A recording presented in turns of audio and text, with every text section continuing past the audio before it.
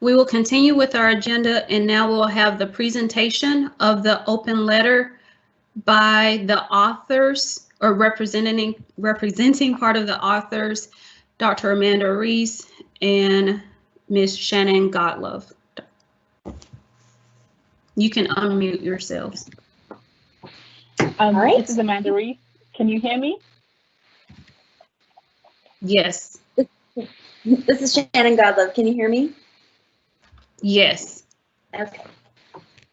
Great. So what we're going to do today is I'm going to give a little bit of an overview of how the letter came about, and then Dr. Godlove will read the letter out to the Senate.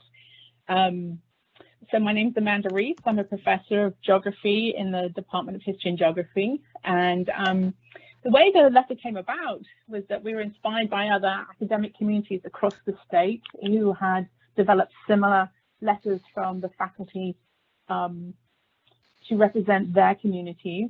We felt we needed to come together as a community to focus our concerns.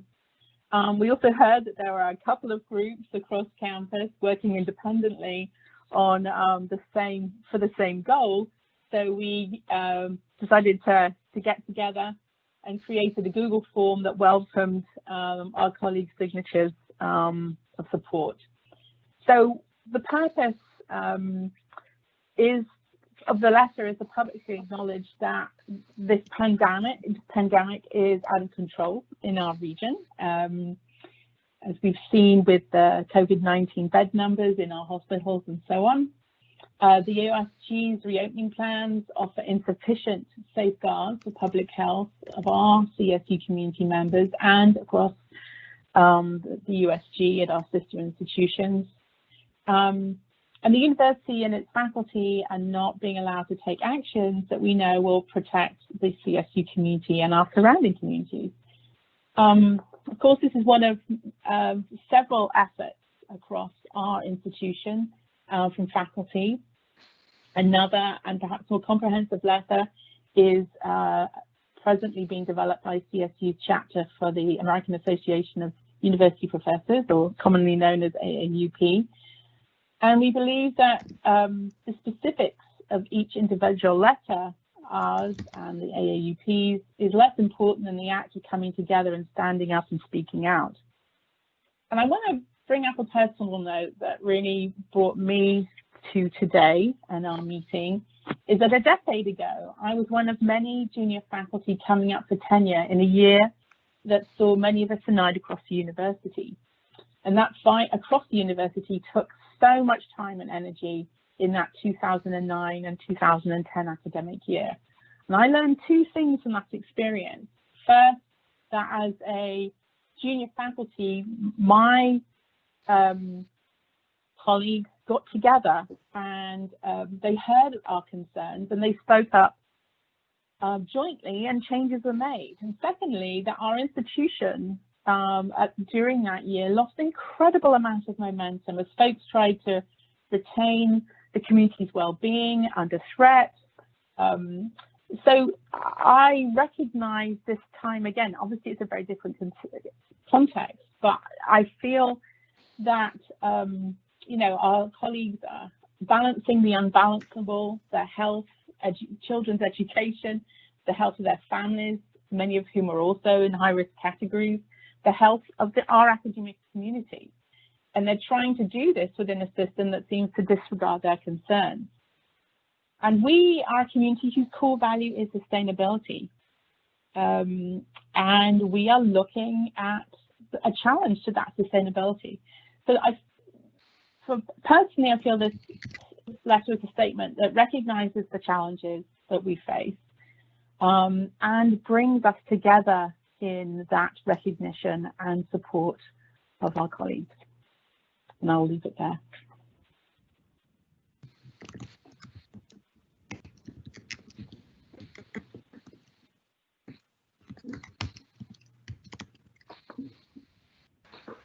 Thank you, Amanda. Should I go ahead and read the letter then? Alicia? Yes, Shannon. All right, I'll go ahead and start. So I'm Shannon Godlove. I'm an associate professor in the Department of English. And I, along with a group of others, co-wrote this letter. And so I'm going to read it out just for those of you. I know many of you have seen it. Probably if you're here, you've seen it. But just so that we all know what we're talking about in this meeting, I'm going to go ahead and read through it for us all to take in one more time. Open letter to USG from CSU faculty.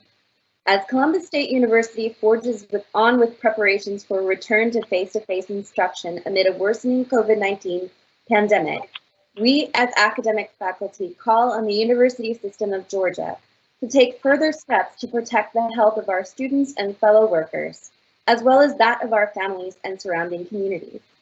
While we are encouraged by the USG's recent reversal of its policy not to require masks, and by the expansion of the list of medical conditions qualifying faculty and staff to receive reasonable accommodations, such as being able to teach 100% online, the overwhelming evidence currently available about the transmissibility and severity of the virus makes it clear that these measures are insufficient for the protection of public health.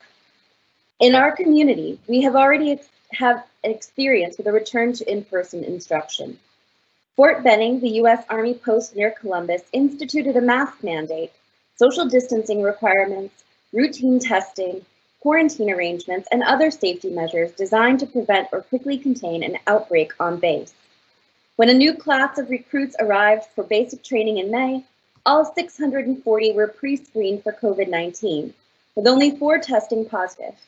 Those cases were properly isolated and treated while the rest of the new recruits went through a 14-day monitoring period. Despite all of these efforts, when the recruits were retested several weeks later, 142, that is 22%, tested positive for COVID-19. At CSU, we are poised to welcome an even larger class of students with virtually no testing or quarantine protocols put in place by the university. Testing in the state is already straining under increased demand in early July. In one day, after the 4th of July weekend, 600 individuals were tested at the Georgia Department of Health's Columbus location, with over 100 cars in line after testing had been concluded for the day. The testing currently in place across the state of Georgia is, by all accounts, insufficient to adequately assess the extent of the disease's spread, and as indicated by a positivity rate of 15%. The sheer volume of daily new cases has made it impossible to conduct effective contact tracing. Meanwhile, the cases are still rising. ICU and CCU and ER facilities at Columbus Regional Medical Center and St. Francis Hospital are at saturation, according to the most recent Georgia Hospital Resource Report, and that was as of the time of the composition of the letter. The return of students to CSU will further strain our health system. As a university with one of the most diverse student bodies in the state system, we face even greater risks than our peer institutions. Recently released data has shown that COVID-19 is infecting and killing African Americans and Latinxes at a far higher rate than other Americans. CSU has one of the highest populations of Black students in any non-HBCU in the state. Our diversity has long been a point of pride, but now amid this health crisis, it places upon us a critical obligation. We must first and foremost take any and all actions we know will protect the health and well-being of all members of the community.